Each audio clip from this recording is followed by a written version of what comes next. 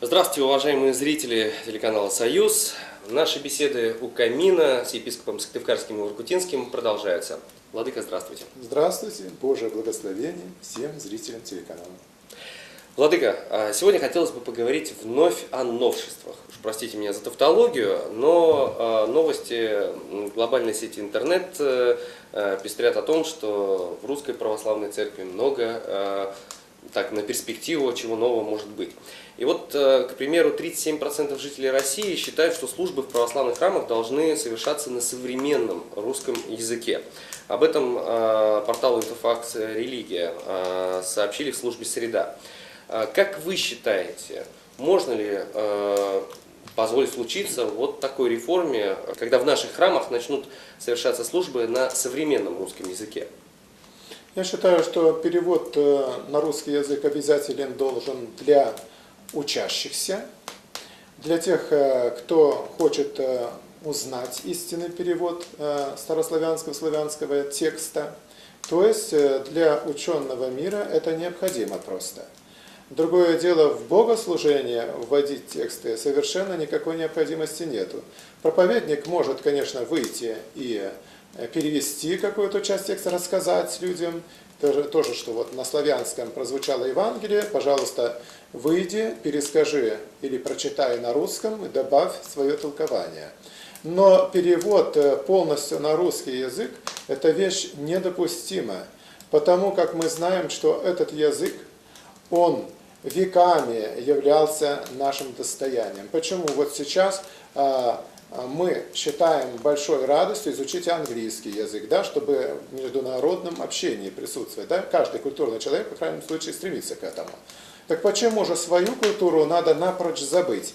Славянизмы надо вводить, преподавать еще со школьной скамьи, что это дороже, чем английский язык для большинства людей нашей России.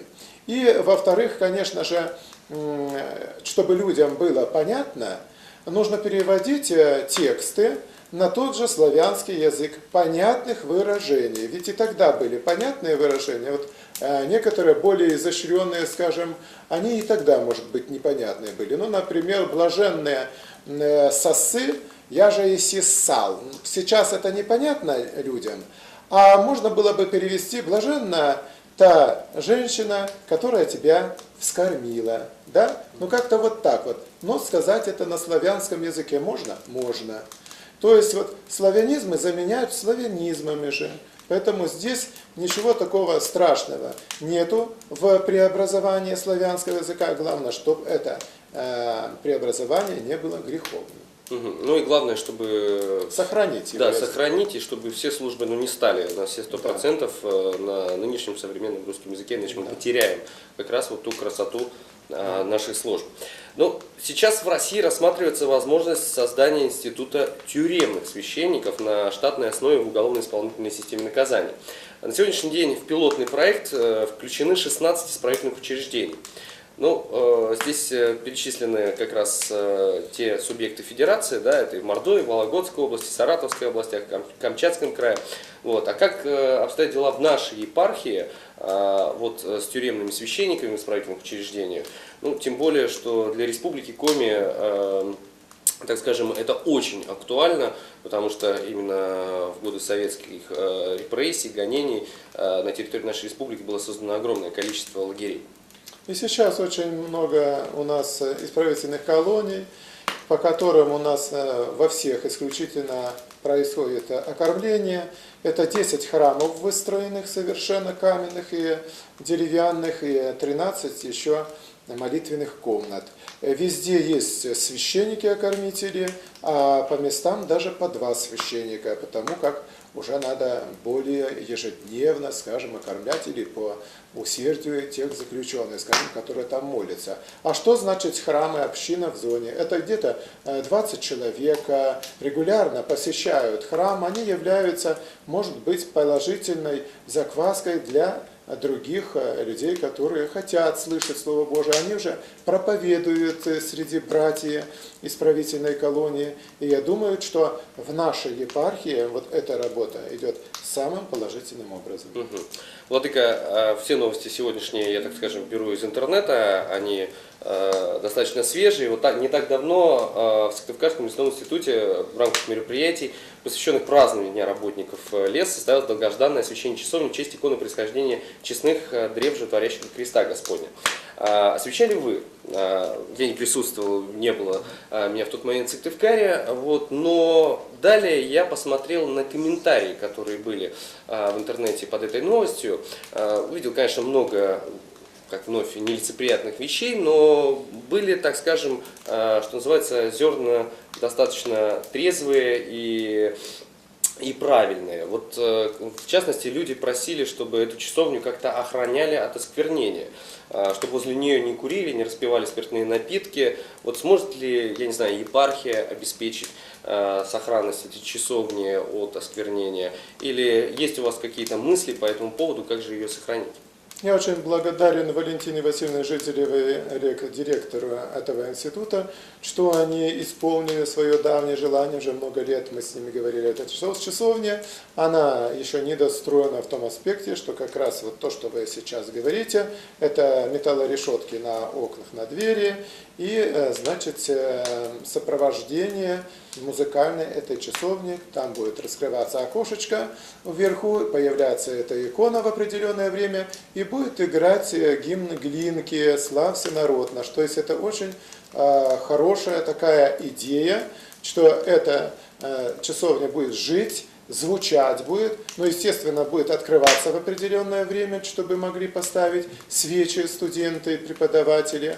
И вот когда это заживет уже, она вот таким еще образом после освящения, я думаю, мало ли кому там, никому, в общем-то, не захочется осквернять то, что действует, то, что работает. Ведь что оскверняется? То, что без присмотра, без пригляда. Значит, будет действительно надзор за этой часовней. Ну, владыка, идея хорошая, но не все хорошие идеи вызывают бурю положительных эмоций у обитателей интернета. Вновь туда обращаюсь по одной простой причине, что очень много молодых людей там обитает, и многие вас критикуют за то, что вы верите в колдовство, верите в привороты и очень часто уделяете внимание этой теме. И вот почему, так скажем, спрашивают многие люди, но я так очень лояльно уже перефразировал. Так мне вот и странно, что другой раз это как раз те люди, которые, как и я, находятся в интернете довольно-таки долгое время,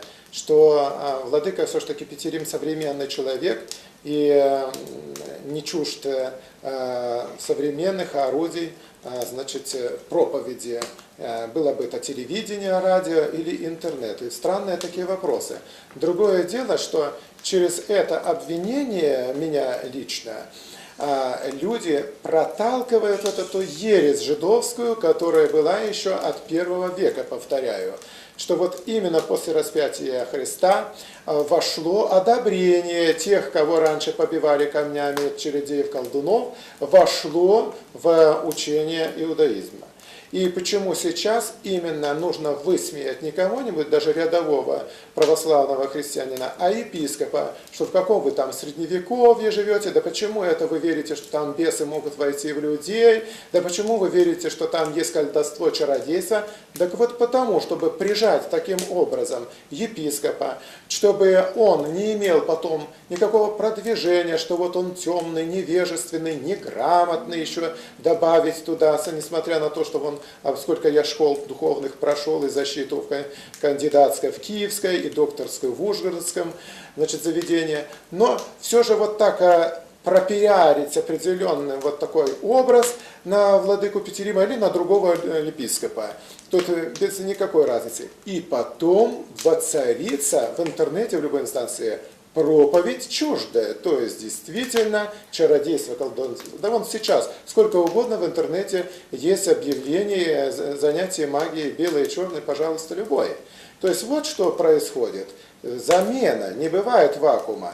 Поэтому для меня, наоборот, странно, что люди никогда не знали, не видели или не читали Слово Божие, что это бывшие незаконченные семинаристы там пишут и так далее, не закончившие образование полное духовное, или там только сбоку где-то проходящие какие-то брошюрки о церкви и учении ее. И вот они говорят, что мистер Петерим, вы там верите в то, что войдут бесы, какое средневековье, критикуют за это. А нужно хорошо знать, что эта сила никуда не дела и не исчезла, потому как она, как говорил Христос, иди за мной, сатана, она всегда идет, искушает, и мы тоже искушаемся этой силой, и нам Господь помогает, как искушенный был в свое время, и искушаемым нам помогает до сего дня. И есть эта сила бесовская, и есть эти наговоры и чародейства. Все это действительно только идут по протестантскому, по большей части, и некоторому католическому пути. А в общем-то, вместо этого еще ужаснейшее воцарят язычество в нашем Отечестве. Нужно, конечно же, поставить этих людей на место, что мы как верили, так будем верить. И в то, что используются биоматериалы, кровь, волосы, ногти с человека, пот его и все это, любые в оккультных вещах, это вещи давным-давно всем знакомые. Не надо говорить, что это владыка Петерим сейчас выдумал. Угу. Ну вот также многие пишут о том, что, в общем-то, вы живете в мракобесии у себя здесь в республике, значит, слушаете такую ересь, ну, грубо говоря, нужны доказательства того, что все эти оккультные действия могут возыметь действие на того или иного человека. Владыка, вы по своему огромному опыту, я думаю, что сталкивались с такими людьми, да? Да, конечно, и хорошо, что я это предупредил. И многие мне через интернет и СМИ благодарят за это.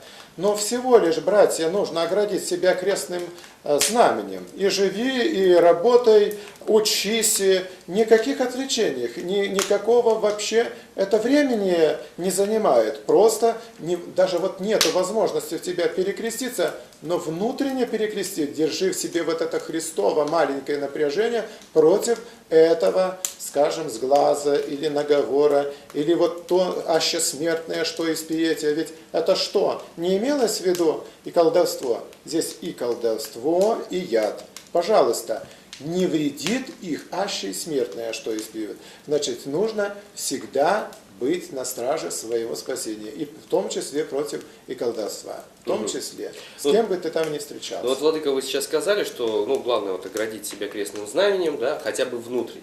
Я так понимаю, вы дали совет для тех, кто бывает иногда стесняется на людях перекреститься. Конечно. Но как же здесь тогда относиться? И не только стесняется, а чтобы не бросать бисер свиньям. Потому что вот люди не думают другое, а ты это сделаешь. Ну просто смех и хохот вызовет где-то в этом общественном месте, когда там тема неподходящая. Бывают такие моменты, что лучше это сделать тайно.